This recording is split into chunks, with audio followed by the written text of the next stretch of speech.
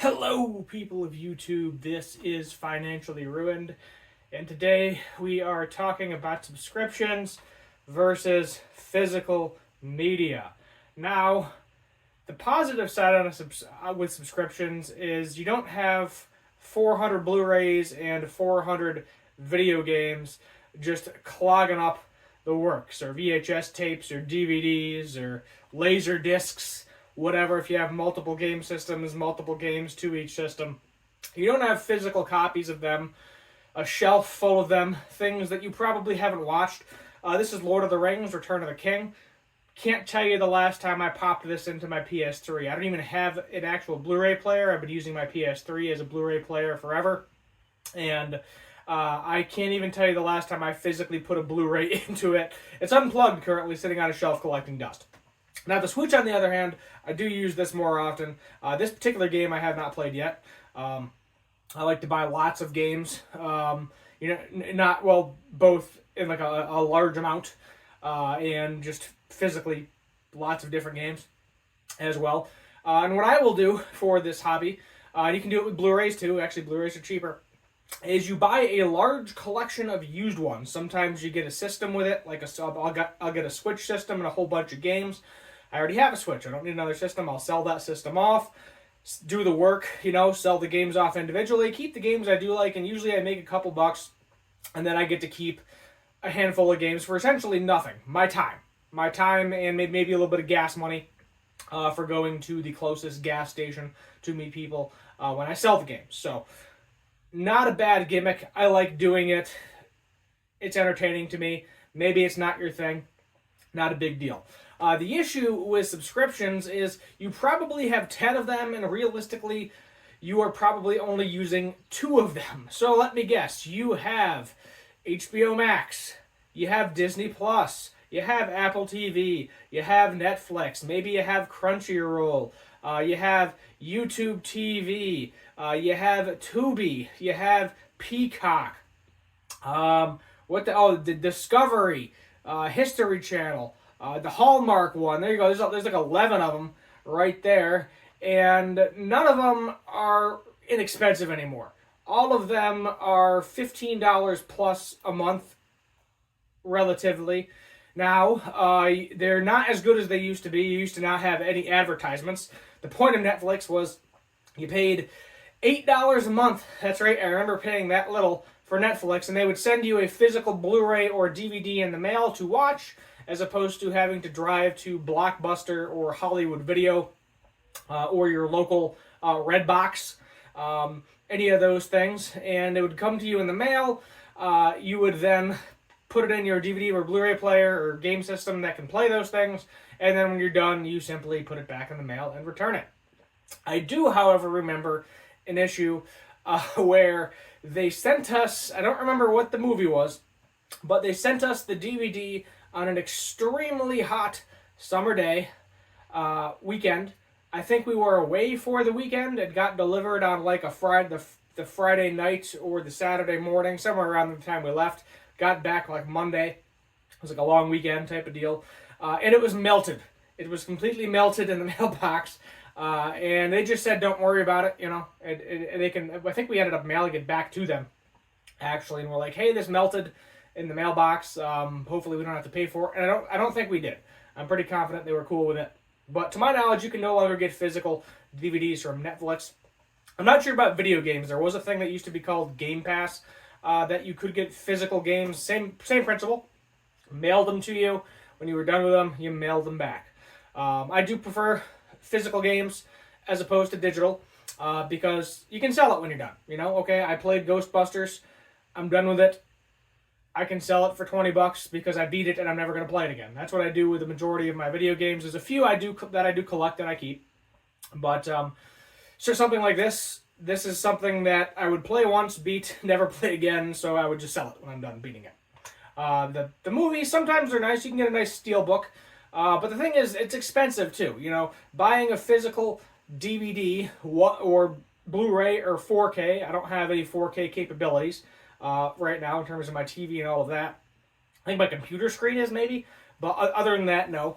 And it's expensive. It's like $30 to $40 for one movie, when it's like, okay, I can just pay 1 month of Disney Plus for $13 and I can watch that movie and then, maybe unsubscribe at the end of the month. And that's what I'm ultimately getting at to you with subscriptions versus physical media. So subscriptions is basically you're going to own nothing and be happy about it. That's what they want you to do with all these crazy subscription services. They cannot physically take these away from you. Yes, they are more expensive, but you physically own them. They cannot take it away from you. Sure, if it's an online-only game, they can shut down the server, which really sucks, because I have some PS3 games. I was playing Battlefield 4, I know. How old of me. And they shut that server down, and I was very sad, because I'll be honest, every Battlefield and Call of Duty, I have never heard somebody say, wow, I really loved the campaign. It was always, no, I'm going to go online immediately or play zombies. You're not buying those games for the campaign.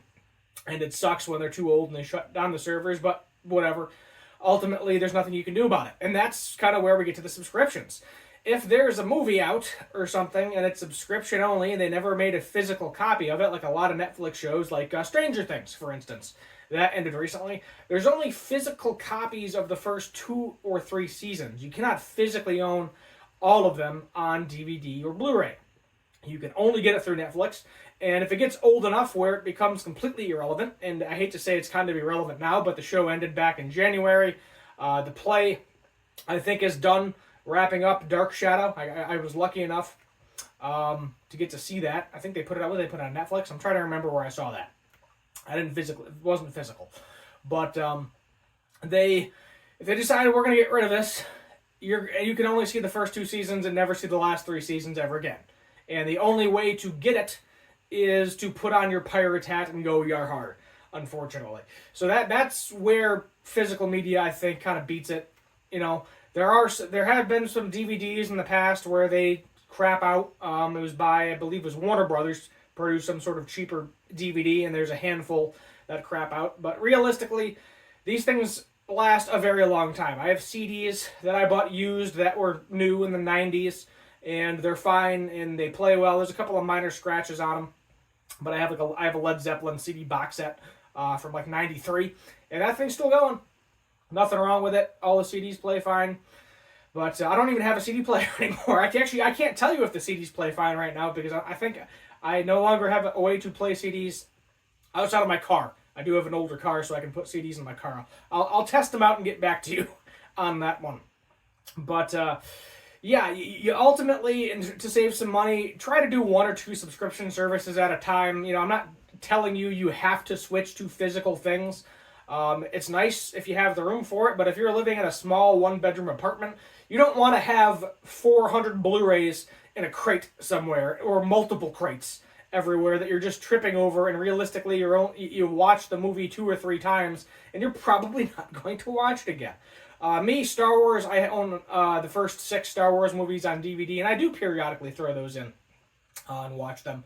But a lot of the times, it's just on, if I'm in Disney Plus or I feel like watching them, that is the plus side too with physical media. You don't have to deal with advertisements. There's no advertisements on DVDs and Blu-rays, 4Ks, VHSs, things along those lines. There might be something at the very beginning, but you have the ability to fast forward through it, unlike Netflix, unlike Disney Plus and all the other subscriptions where you get to pay extra if you don't want advertisements. And it just keeps getting worse and worse, and that's what it's going to be. But I understand you want entertainment. You want to watch your shows. I can completely understand that. But pick maybe 1 subscription service a month. 1. And just use it. And then at the end of the month, if you no longer are watching any things that are on that particular subscription service, cancel it and pick another one. And you just keep repeating the cycle. And yes, it's a little bit inconvenient because you ultimately have to cancel it and then find something else, and you got to put in your credit card information, all that stuff. But it's saving you money in the long run. You're not paying for 10, 11 subscription services where you're paying $300, $400 a month for all these subscription services, and you're not using all of them. We all know you're not using all of them. HBO Max, for one, is something that I am probably going to cancel soon. I was using it for Euphoria. That was the only show I was watching on that. I think The Last of Us as well. Whenever The Last of Us Season 2 comes out, I will reapply for it and get it again. If you feel like making a bunch of emails, you can usually get free trials. So I know people have done that where they wait for an entire series to come out. A buddy of mine did that with The Mandalorian, and then just used a new email for a free 7-day trial of Disney Plus. But I do notice a lot of the free trials are going away for that reason, because people will just create an email. Password sharing, which I thought was perfectly fine. There's no reason you shouldn't be able to do it. A lot of crackdown on that, where, you can still technically do it, but you have to know the person, and then you have to give them a code from your cell phone. I know Netflix, I think, is one of that. I use my brother's once in a while, and I have to be like, hey, are you available? And I gotta wait for him. It's slightly inconvenient, but at the same time, it's fine. You just put it in and then access to Netflix, you're good to go. So that's where I'm at with it.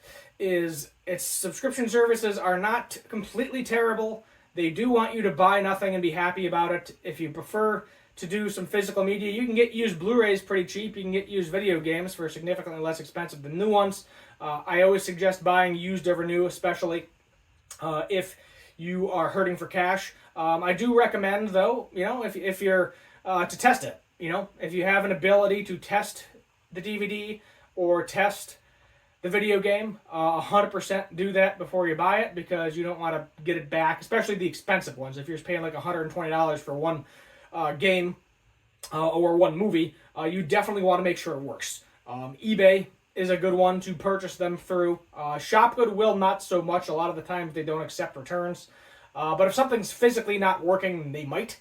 I've only bought a few things from Goodwill online. Unfortunately, I don't have a local store anymore, but I've never actually had a problem. I think I bought a guitar or something through them, and something else, maybe a video game or something, I don't fully remember. But there it is. There you have it. That's my advice with subscription services. Pick one, keep it for the month, or just start a collection of movies and TV shows that you ought to watch. Go to your garage sales. It's garage sale season right now. I'm seeing Blu-rays and DVDs at every single one of them. Usually you can get them for like $1 a piece, because they just want them out of their house because they watched it a few times. They no longer want to. And that's it. Same with Blu-ray players. You can get a used Blu-ray player for pretty cheap as well. Ask them to test it. Hopefully they let you test it. If they don't buy it. That's what I would say. If it looks in really good condition, you're probably fine. But ultimately, if they refuse to let you test something, that probably means there is an issue with it, and you either need to lowball the crap out of them and take a risk, or just walk away. Those are your two options with that. So, until next time, hit that subscribe button, turn on the notification bell, leave a like, share, all that stuff. And as always, have a good one.